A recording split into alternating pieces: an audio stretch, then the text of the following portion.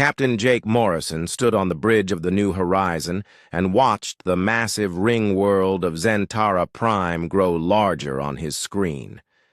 The structure was bigger than anything humans had ever built. It spun slowly in space, its metal surface gleaming under the light of 3 suns. 12 different alien species lived on that ring, and now humans would join them.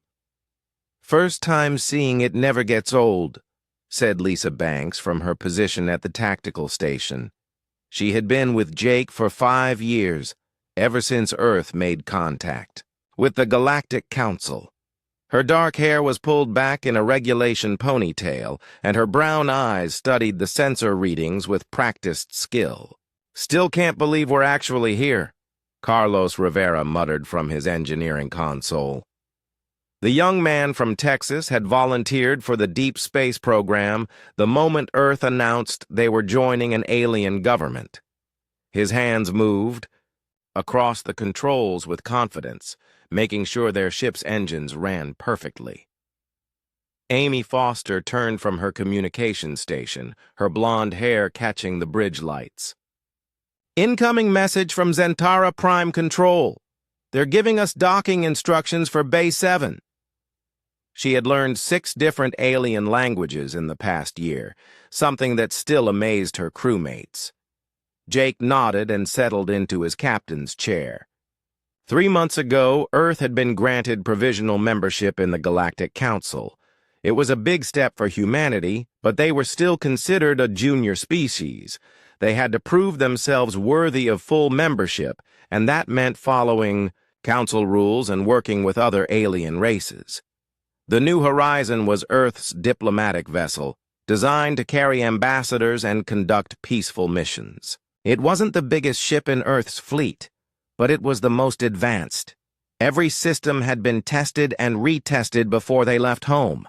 Earth couldn't afford to look weak or unprepared in front of 12 alien civilizations. "Take us in, Carlos," Jake ordered.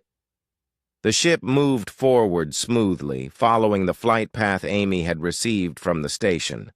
Around them, dozens of other ships moved through space near the ring world. Some were huge cargo vessels that looked like flying cities. Others were sleek warships with weapons that could destroy planets.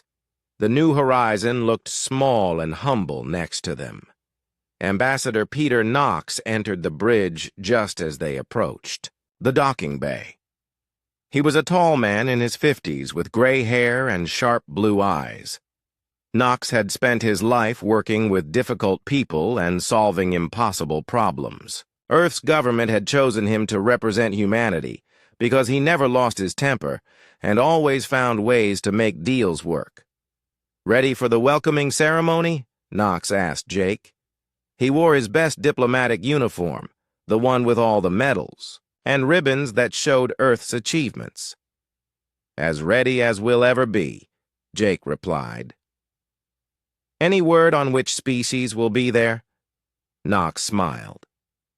"All of them, according to the schedule Amy received. But I'm most interested in meeting the Vethani and the Myrdal. They're junior species like us, admitted to the Council within the last 50 years. Jake had read the files on both races. The Vethani were crystalline beings who could manipulate energy with their thoughts. They came from a world of living crystal formations and had developed technology that used pure energy instead of machines. The Myrdal were aquatic creatures who lived in underwater cities and had mastered biotechnology. They could grow their tools and weapons instead of building them. The docking process took 20 minutes. Bay 7 was huge, designed to hold ships, much larger than the New Horizon. Automated systems guided them to a berth between a Zelthran cruiser and a Kethmore science vessel. Both ships dwarfed the human vessel. "Atmosphere in the bay is breathable for humans," Amy reported. "Temperature is comfortable and gravity is 0.9 Earth normal." Jake stood up and straightened his uniform. "Lisa, you have the bridge. Carlos, make sure our systems stay powered up. Amy, Monitor all communications channels." "Yes, sir," they replied together. Knox and Jake walked through the ship's corridors toward the main airlock. The New Horizon had a crew of 80 people, all volunteers who had trained for years to serve on humanity's first diplomatic mission. They passed the science labs where Dr. Ryan Clark was preparing samples of Earth technology to share with Council scientists. They walked by the cultural center, where human art and music waited to be displayed for alien visitors. The airlock cycled open, and they stepped on to Zentara Prime for the first time. The docking bay was enormous, with a ceiling that disappeared into shadows high above. Beings from 12 different worlds moved around them, some walking on legs, others floating through the air, and a few rolling on mechanical devices. A group of 3 figures approached them. The first was clearly Vethani, a being that looked like living crystal shaped into a roughly human form. Light moved through its body in patterns that probably meant something. The second was Merdal, wearing a water-filled suit that let it move and breathe on the station. Bioluminescent patches on its skin flickered in complex sequences. The third was human-like, but taller and thinner, with pale blue skin and large dark eyes. "Welcome to Zentara Prime," the blue-skinned being said, in perfect English. "I am diplomatic aide Nel Sara of the Tethavan species. I will guide you through your first day here."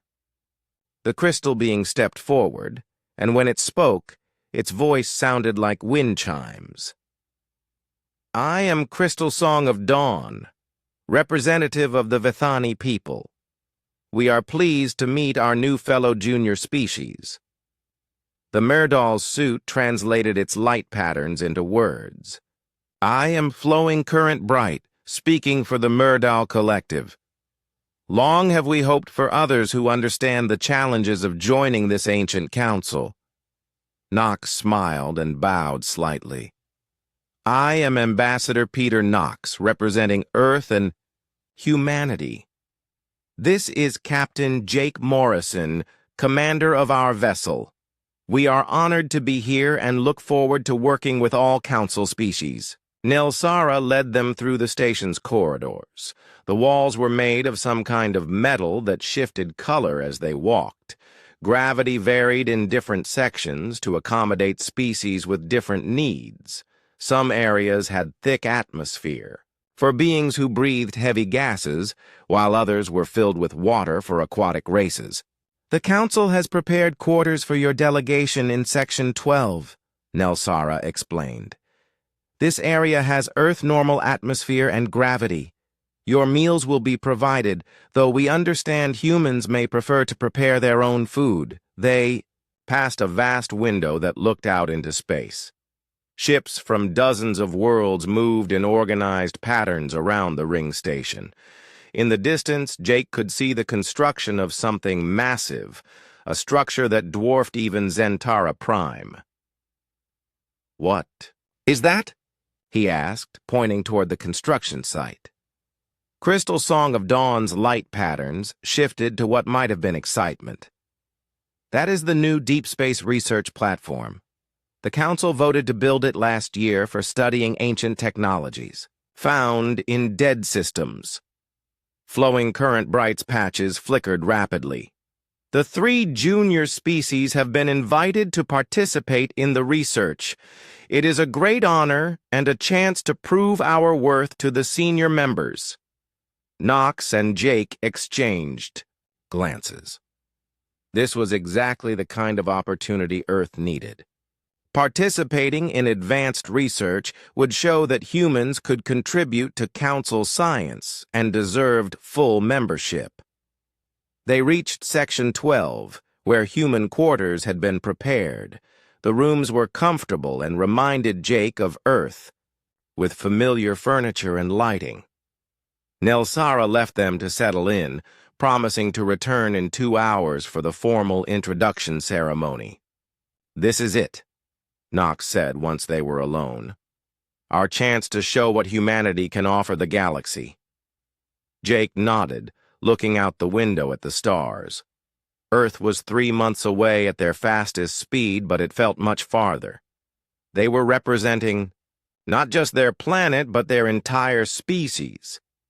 Everything they did here would determine humanity's future among the stars.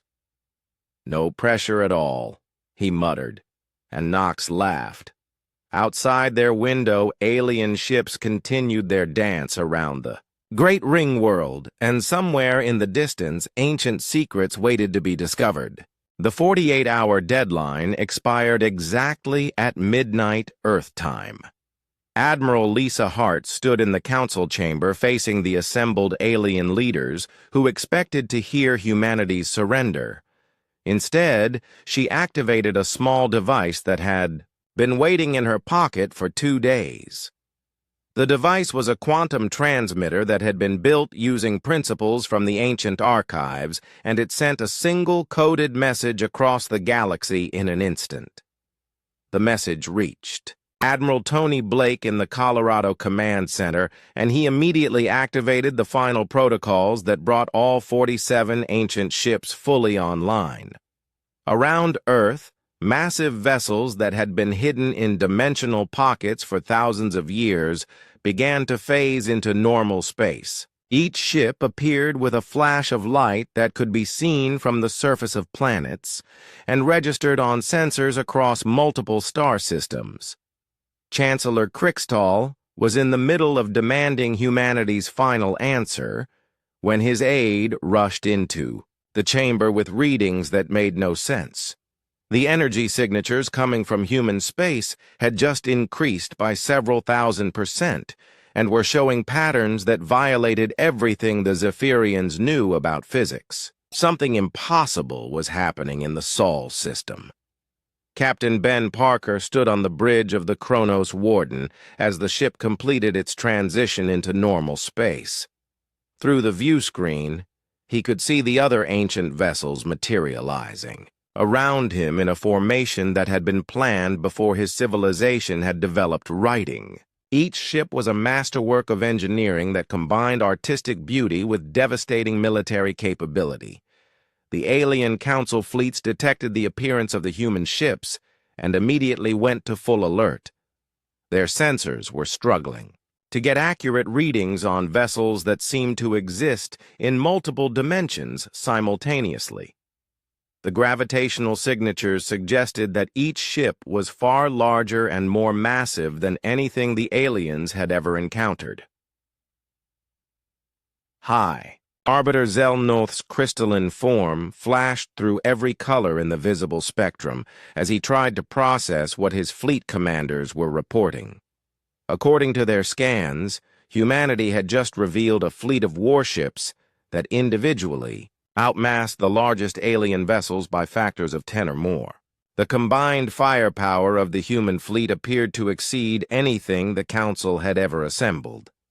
Admiral Hart smiled as she watched the alien leaders struggle to understand what was happening.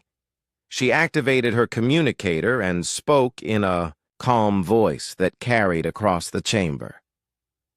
"Honored Council members, I regret to inform you that your intelligence about human capabilities was incomplete. We have been concealing certain assets that we hoped would never be needed." Commander Alex Turner received tactical data from the temporal sovereign systems and realized that the ancient engineers had planned for this exact scenario. The ship's AI was providing him with detailed battle plans that accounted for the current positions of every alien vessel in space. The plans had been updated in real time as the Council fleets moved toward human territory. The Reptilian Confederation commander was the first to recover from the shock and demanded to know how humanity had hidden such massive ships from galactic sensors. His scaled features showed the anger and fear that comes from realizing that everything you thought you knew was wrong. The humans had been playing a game that was far more complex than anyone had suspected. Dr. Sophie Grant monitored the fleet activation from Earth and watched as systems came online that used technologies she was only beginning to understand. The ancient ships were not just hidden weapons, but represented an entirely different approach to space travel and warfare. They operated according to scientific principles that were centuries ahead of current human knowledge. The Council fleets were in disarray as their commanders tried to develop new tactical plans to deal with an enemy that was far more capable than their intelligence had suggested. The human ships were not just larger, but were built using technologies that seemed to ignore fundamental laws of physics. Weapons that should have been impossible were showing up on every sensor sweep. Chancellor Krixtal demanded answers from Admiral Hart, but she simply activated another device that projected holographic displays showing the true extent of human space. The star charts revealed that every human colony was connected by a network of installations that had been built thousands of years before modern humans had even left Earth. The truth was becoming clear to the alien leaders as they studied the new data. Humanity was not a young species that had recently developed space travel. They were the descendants of an ancient civilization that had deliberately hidden its capabilities while slowly reclaiming territory that had always belonged to them. The rapid expansion that the aliens had complained about was actually a carefully planned return to ancestral holdings.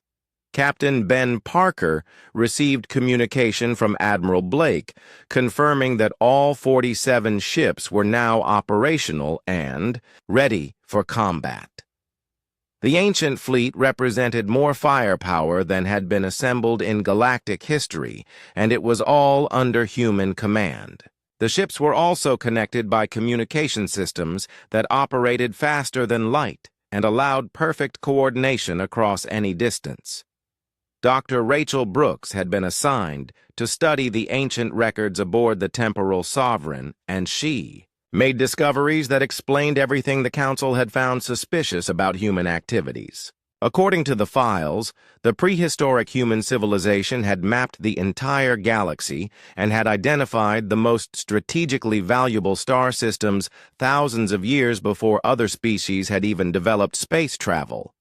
The alien fleets were now within range of human space, but their commanders were hesitant to begin combat operations against an enemy whose true capabilities remained unknown.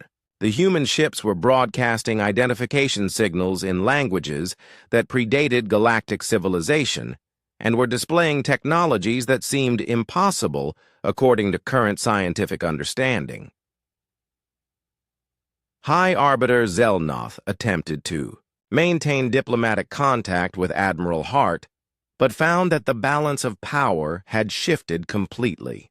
The humans were no longer in a position where they needed to negotiate from weakness. The revelation of their ancient fleet had given them advantages that made military action against them extremely dangerous.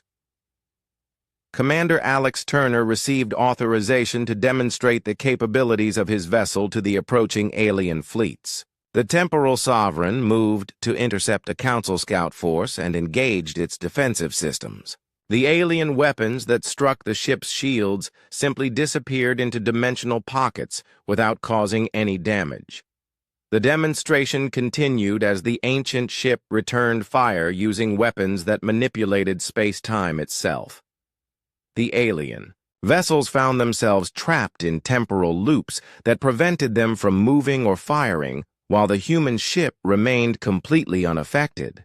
The display of power was carefully controlled to avoid permanent damage, but made the technological gap devastatingly clear. Admiral Hart addressed the Council chamber one final time before ending the diplomatic mission. Honored leaders, humanity has never desired conflict with your species.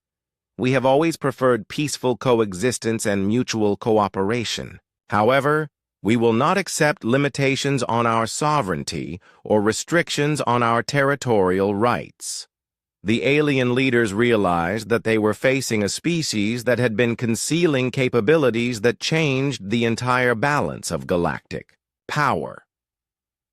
The humans had been patient and diplomatic, not because they were weak, but because they were strong enough to choose their battles carefully. The ancient fleet represented a deterrent that made military action against humanity too costly to consider. Chancellor Krixtal and High Arbiter Zelnoth exchanged communications with their fleet commanders and received reports that confirmed their worst fears. The human ships were not just powerful, but were designed to fight exactly the kind of campaign the Council had planned. Every tactical advantage the aliens had counted on was meaningless against enemies who could manipulate time and space. Dr. Sophie Grant completed her analysis of the activation sequence and realized that the ancient engineers had timed everything perfectly. The hidden fleet had remained dormant until humanity was advanced enough to operate the ships, but was still young enough to avoid the corruption that came with inherited power. The timing was precise down to the day. The revelation was complete, and the galaxy would never be the same. Humanity had revealed that they were not newcomers to galactic civilization, but were the inheritors of a legacy that predated most other species by thousands of years. The ancient fleet was proof that humans had always belonged among the stars and that their patience had never been weakness. Dr. Amy Foster opened the sealed vault beneath the Colorado facility with trembling hands. The massive door had not been opened since it was sealed in the year 2156, and the air that escaped carried the smell of ages long past. Inside the vault were hundreds of metal containers filled with documents, data storage devices, and artifacts that looked far older than they should have been. The first container she opened contained papers written in multiple languages, including some that looked like no human writing she had ever seen. The oldest document was dated 847 BCE and written on material that felt like metal but bent like paper. As Amy translated the ancient text with help from the facility's computer systems, she began to understand why these files had been hidden for so long. According to the document, an advanced human civilization had existed thousands of years before. Recorded history began. This civilization had been far more advanced than the modern world and had possessed technologies that current science considered impossible. The document described a great threat that had been detected coming from outside the galaxy. The ancient humans had built massive scanning arrays that could see across impossible distances, and what they saw terrified them. An alien force of unimaginable size was moving between galaxies and destroying every intelligent species it encountered. The aliens showed no interest in communication or negotiation. They simply arrived, destroyed everything, and moved on to the next target. Engineer Kane Phillips had been the leader of the defense project according to the records. He had worked with architect Maya Torres to design weapons that could fight enemies who possessed technology far beyond anything humans had ever imagined. But Kane and Maya realized that their current civilization could not build enough weapons fast enough to stop the approaching threat. They needed a different solution that could protect humanity across thousands of years. The solution they developed was both brilliant and desperate. Using technologies that manipulated time and space in ways that modern physics said were impossible, they built massive warships and hid them in dimensional pockets that existed outside normal time. These ships would remain hidden until humanity faced another extinction-level threat. Then they would emerge to defend their creators' descendants, no matter how much time had passed. General Pete Adams read the files with growing amazement and horror. According to the documents, the ancient humans had scattered 47 installations around the globe, Each installation contained multiple warships along with the support systems needed to operate them. The ships were designed to respond only to humans who carried the genetic markers of the original builders, and only when humanity faced complete destruction. The records showed that the ancient civilization had deliberately destroyed most traces of their existence after completing the defense project. They had wanted their descendants to develop naturally without relying on inherited technology.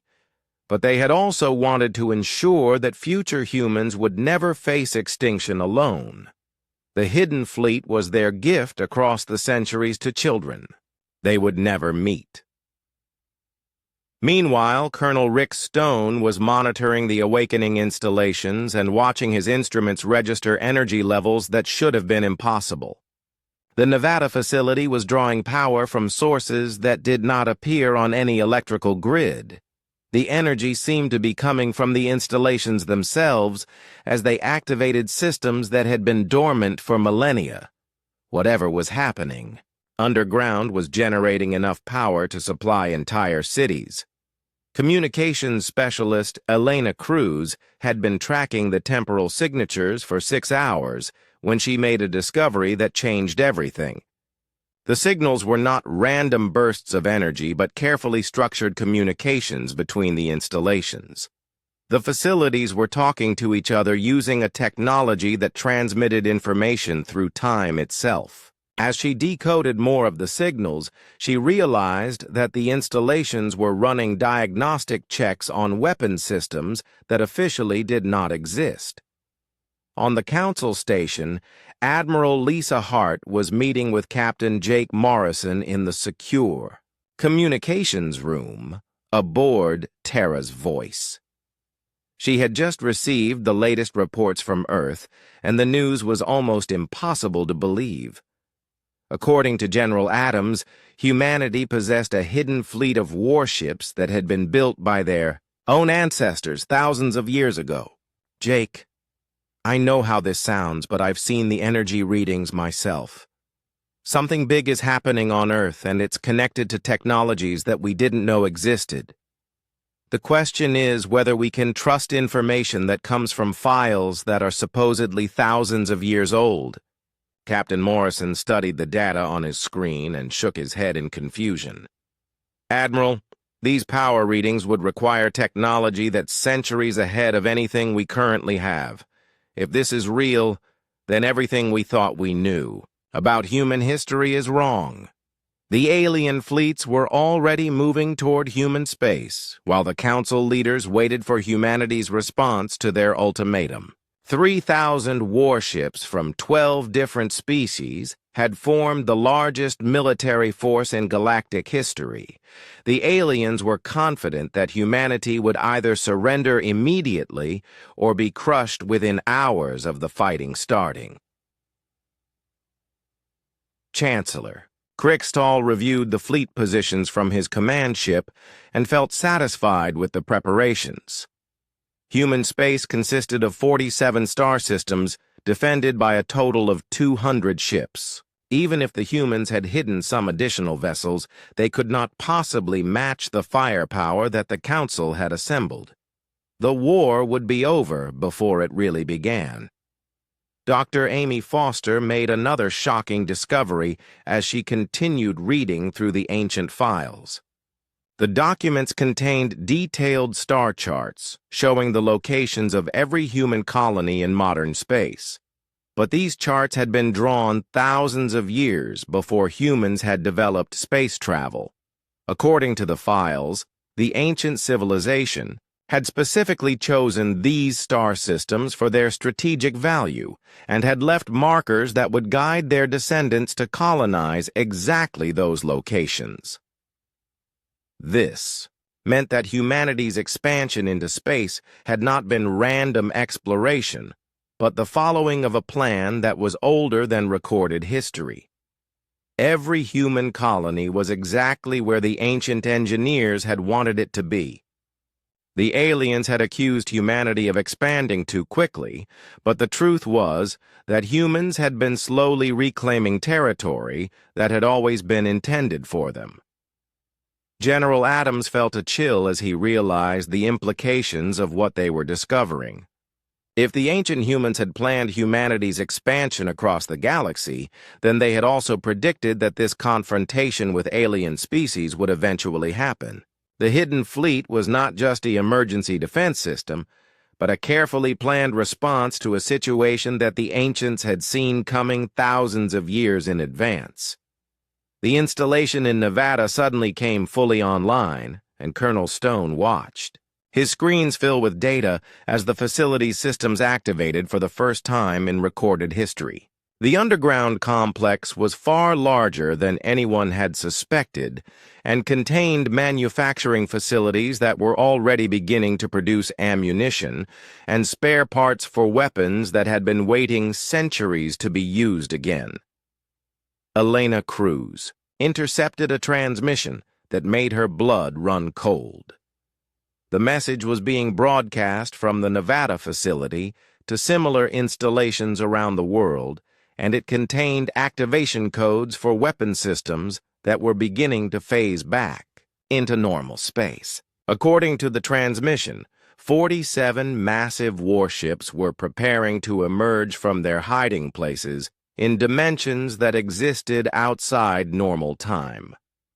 On the council station, the alien leaders were growing impatient with humanity's delay in responding to their ultimatum. High Arbiter Zell Noth had been monitoring human communications and had detected unusual energy patterns coming from Earth, but his sensors could not identify what was causing them. The readings looked like some kind of industrial activity, but on a scale that seemed far beyond human capabilities. Admiral Hart received an encrypted message from General Adams that contained a single line of text that changed everything she thought she knew about her own species. The message read, "The ancients left us more than we ever imagined, and it's all coming online now. Dr. Foster discovered the final piece of the puzzle in a document that was stored separately from all the others. This paper contained a personal message from engineer Kane Phillips to his descendants. In it, he explained that the ancient civilization had not been destroyed by enemies or natural disasters. They had chosen to dismantle their advanced society and live simple lives so that their children could grow up without the burden of inherited power. But Kane had also written that he hoped future humans would never need to use the gifts that had been left for them. He had wanted humanity to develop peacefully and find their place in the galaxy through wisdom rather than force. The Hidden Fleet was insurance against the worst-case scenario, but he had prayed that it would never be needed. As the 48-hour deadline approached, the ancient installations around Earth completed their startup sequences and began to reveal secrets that had been hidden since before the pyramids were built. The truth about humanity's past was about to collide with their present in ways that would shock both humans and aliens alike. Admiral Tony Blake had been called to Earth from his patrol station near Mars when the emergency protocols activated. He arrived at the Colorado facility expecting to find another routine military briefing, but instead walked into a situation that defied everything he thought he knew about reality. General Adams met him at the entrance with an expression that mixed excitement and terror in equal measure. "Tony, what I'm about to show you is going to change your understanding of human history. 6 hours ago, we didn't know any of this existed. Now we're looking at technology that makes our most advanced ships look like toys." They descended through levels of the facility that Admiral Blake had never seen before.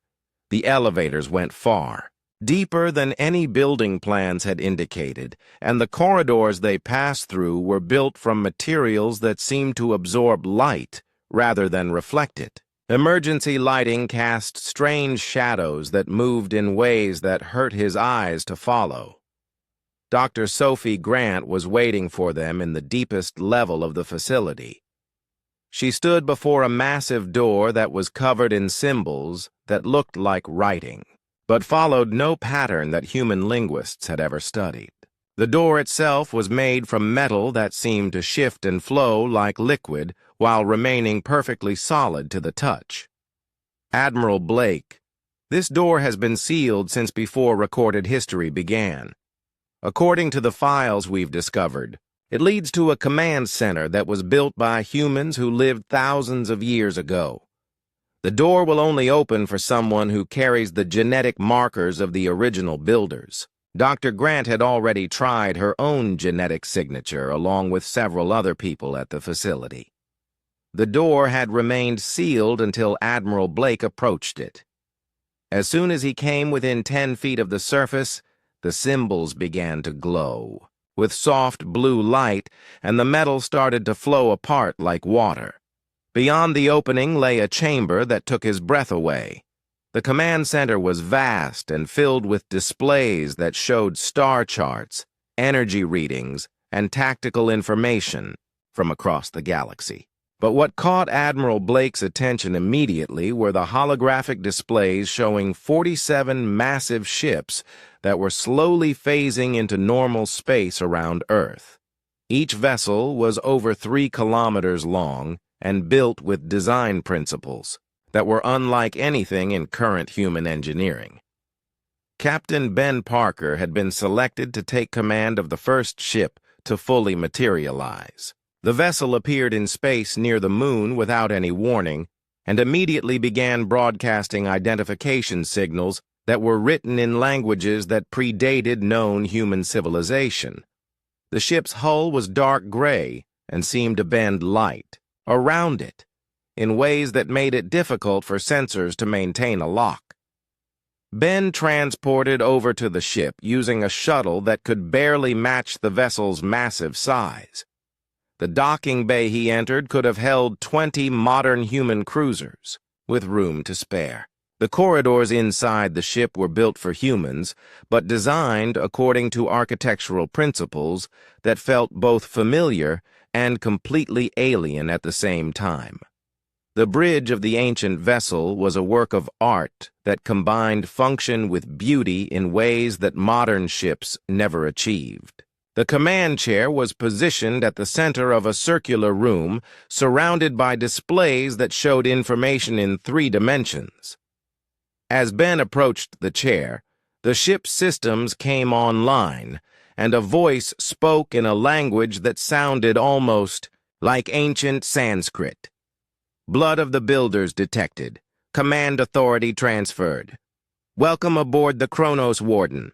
I am the ship intelligence, and I have been waiting for you for 2,400 years. Ben felt a chill run through his body as he realized that he was communicating with an artificial intelligence that had been built by his own ancestors before the rise of Rome. The ship's knowledge banks contained information about technologies and weapons that made current human military capabilities look primitive by comparison. Dr. Sophie Grant was monitoring the activation sequence from Earth and watching as each ancient ship came online according to schedules that had been programmed millennia ago. The vessels were not just weapons, but complete battle systems that included manufacturing capabilities, defensive shields that operated outside normal physics, and weapons that could manipulate space and time themselves. The alien council fleets were continuing their approach toward human space, but their long-range sensors were beginning to detect gravitational anomalies around Earth that made no sense according to their understanding of physics. The readings suggested that massive objects were appearing in space, but their ships could not get clear readings on what was causing the disturbances. Chancellor Crixtel reviewed the sensor data from his flagship and felt the first stirrings of concern about what humanity might be hiding. The energy readings coming from the human home system were unlike anything the Zephyrians had encountered in their thousand-year history of space exploration. Whatever the humans were doing, it was operating on scales that seemed impossible for such a young species. Commander Alex Turner had been given command of the second ancient ship to activate. The vessel he boarded was called the Temporal Sovereign and was even larger than the Kronos Warden. As he explored the ship's systems, he discovered that it carried enough firepower to destroy entire star systems and defensive capabilities that could protect planets from orbital bombardment. The ancient ships were not just powerful, but were designed according to principles that transcended normal military thinking. Each vessel could exist in multiple dimensions simultaneously, which made them nearly impossible to target with conventional weapons. They could also manipulate time in localized areas, which meant they could attack enemies who were frozen in temporal loops. Dr. Grant made another shocking discovery as she studied the activation sequences. The ancient engineers had not just built 47 ships, but had created an entire military doctrine that was designed to fight enemies with superior numbers and technology. The ships were meant to work together as a single coordinated force that could appear anywhere in the galaxy within minutes of receiving orders. General Adams received reports from military observers around the world confirming that ancient installations were activating on every continent. The facilities in the Himalayas, the Amazon, the Sahara, and dozens of other locations were all coming online according to the same prehistoric schedule. Humanity was about to reveal capabilities that had been hidden since before the dawn of civilization. The alien fleets were now close enough to human space to begin detailed scans of the outer colonies. What they found confused and alarmed their commanders. Every human settlement was defended by installations that appeared far more advanced than intelligence reports had suggested. The defensive systems were not just hiding in clever locations, but seemed to be built into the fabric of space itself. Captain Ben Parker was learning to interface with the Kronos Warden's control systems when he made a discovery that changed his understanding of human history completely. The ship's records contained detailed files about the alien species that were currently approaching Earth. According to the ancient data, the Council races had encountered humanity before and had attempted to destroy them during their first expansion into space. The records showed that the current confrontation was not the first time aliens had tried to eliminate humanity as a threat. The ancient engineers had built their fleet specifically to fight these same species after studying their tactics and capabilities for decades. Every weapon system and defensive measure had been designed to counter specific alien technologies. Arbiter Zelnoth was reviewing the tactical situation when his crystalline form began flashing warning colors that indicated extreme concern. The gravitational readings from the human system were now strong enough to affect navigation computers on ships that were still light years away. Whatever the humans had activated was massive enough to bend space around it. Dr. Sophie Grant discovered that the ancient ships carried more than just weapons and defensive systems. Each vessel contained complete databases of scientific knowledge that included technologies for manipulating matter at the quantum level, creating energy from dimensional interfaces, and building materials that were stronger than anything current science could produce. Commander Alex Turner received his first tactical briefing from the Temporal Sovereign's AI and learned that the ancient fleet had been monitoring galactic politics for the entire time it had been hidden. The ship intelligence knew about every alien species, their military capabilities, their political structures, and their plans for dealing with humanity. The 48-hour deadline was now less than 12 hours away, and the ancient fleet was nearly ready for combat operations.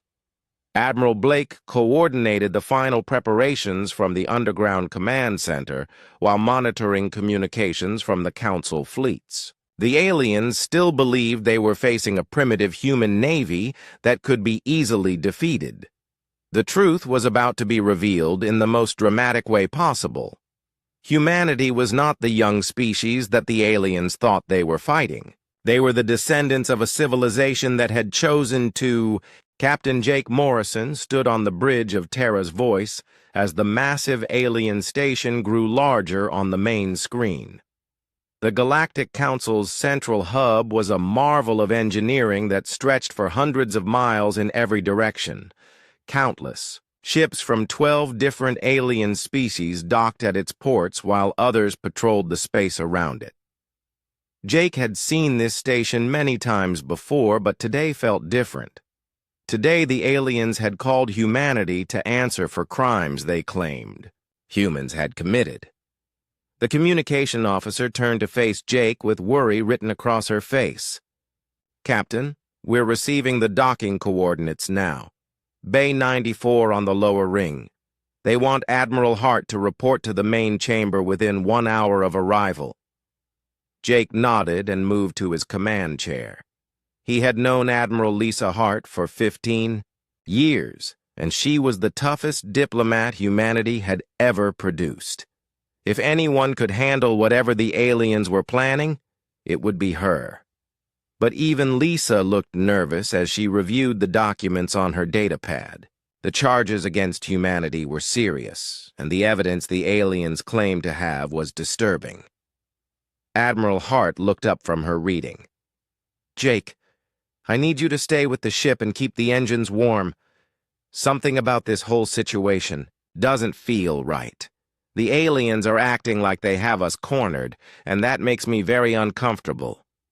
The docking procedure went smoothly, and soon Admiral Hart was walking through the alien corridors toward the main chamber. The Zephyrian guards that escorted her were larger than usual and carried weapons that hummed with energy. Other alien species watched her pass with expressions that ranged from curiosity to open hostility. The atmosphere felt charged with tension that made her skin crawl. Meanwhile, deep beneath the surface of Earth in the Colorado mountains, General Pete Adams was having the worst day of his career. The emergency communication system that had been silent for over 200 years was now screaming with alerts. Ancient protocols that existed only in the most classified files were activating themselves without any human input. The readings on his screens showed energy signatures that should not exist according to everything he knew about physics. Dr. Amy Foster ran into the command center with her arms full of old paper files that looked like they had been stored for centuries. Her face was pale and her hands shook as she spread the documents across the main table. "General, you need to see this. These files were sealed in 21 and 56 and marked with instructions that they should only be opened if humanity faced extinction. The alien ultimatum triggered the release mechanism." General Adams picked up one of the yellowed papers and read the first few lines. His blood ran cold as he realized what he was looking at. The document described weapons and technologies that were supposedly myth and legend. According to these files, humanity had capabilities that had been hidden from everyone, including most humans, for over 2 centuries. The question was whether any of it was real or just the fantasy of paranoid military planners from the past. Back on the Council station, Admiral Hart entered the main chamber to find herself facing the most intimidating gathering of alien leaders she had ever seen. The Zephyrian Chancellor. Krixtal dominated the center of the room with his towering insect-like form and compound eyes that seemed to look right through her. To his left sat the crystalline Vorthak High Arbiter Zell Noth, whose body pulsed with inner light that changed color with his emotions. Currently, those colors were deep red and orange, which meant anger and suspicion. Chancellor Krixtal spoke first, and his voice echoed through the chamber with mechanical precision. Admiral Hart, humanity stands accused of violating the expansion accords, hiding military capabilities, and preparing for aggressive action against Council member species. The evidence we have gathered over the past year is overwhelming. Your species has been lying to this council since the day you joined. Admiral Hart kept her expression calm, even though her heart was racing. Chancellor, I would like to see this evidence before I respond to these charges. Humanity has always been transparent about our capabilities and intentions. We have never hidden anything from the Council. High Arbiter. Zelnoth's crystalline form flashed bright yellow as he spoke. Your colonies expand faster than your reported industrial capacity should allow. Your defensive fleets appear in systems where our scouts detected no prior military presence. Your technological advancement exceeds what should be possible for a species of your age and development level. These facts suggest deception on a massive scale. The other alien representatives nodded in agreement. The scaled reptilian Confederation commander showed his teeth in what humans had learned was a threat display. The floating gas being from the ethereal collective pulsed with dark energy clouds. Even the normally peaceful plant-like Verdanian delegate had positioned his defensive spines at aggressive angles. On Earth, Colonel Rick Stone was monitoring seismic activity from his post in the Nevada facility when his instruments started showing readings that made no sense. The underground installations that had been dormant for as long as anyone could remember were drawing massive amounts of power. The energy patterns looked like nothing in any textbook he had studied. Whatever was happening beneath the surface was bigger than anything humanity had ever built. Communications specialist Elena Cruz burst into his office with printouts streaming from her hands. Colonel, I'm picking up temporal signatures from at least 40 different locations around the globe. The signals are old, really old, but they're getting stronger by the hour. It's like something that's been sleeping for a very long time is starting to wake up. Colonel Stone studied the data and felt a chill run down his spine. The energy readings matched theoretical models for technologies that were considered impossible by current human science. If these readings were accurate, then someone had built devices that could manipulate time itself and hidden them beneath major population centers around the world. Back in the council chamber, Chancellor Krixtal continued his accusations. We have decided to offer humanity one final opportunity to avoid military action. You will submit to technological limitations that will prevent further deception. Your colonies will be reduced to 20 systems. Your fleet will be limited to 50 vessels for defensive purposes only. You have 48 hours to agree to these terms. Admiral Hart felt the weight of the moment pressing down on her shoulders. She knew that accepting these terms would essentially end humanity's future as an independent species. But she also knew that the combined fleets of the Council numbered in the thousands, while humanity's official navy had only 200 ships. The odds of winning a war seemed impossible. I will need to consult with my government before I can give you an answer, she said carefully. High Arbiter Zelnoth's form flashed angry red again. You have 48 hours, Admiral. After that time expires, our fleets will enforce these restrictions whether you agree or not. This council has been patient with your species for too long. The time for deception is over. As Admiral Hart left the chamber, she activated her emergency communicator and sent a coded message to Earth. The message was simple, but carried enormous weight. Protocol 7 is now active. Prepare for the worst-case scenario. On Earth, General Adams received the message and felt his hands start to shake. Protocol 7 was something he had hoped never to see in his lifetime. It meant that humanity was facing extinction and that all normal rules no longer applied. He looked at Dr. Foster and saw the same understanding in her eyes. Amy, how long before we know if any of this ancient technology actually works? Dr. Foster checked her instruments and data readings before answering. General, based on the energy patterns I'm seeing, I think we're about to find out very soon whether our ancestors were geniuses or completely insane.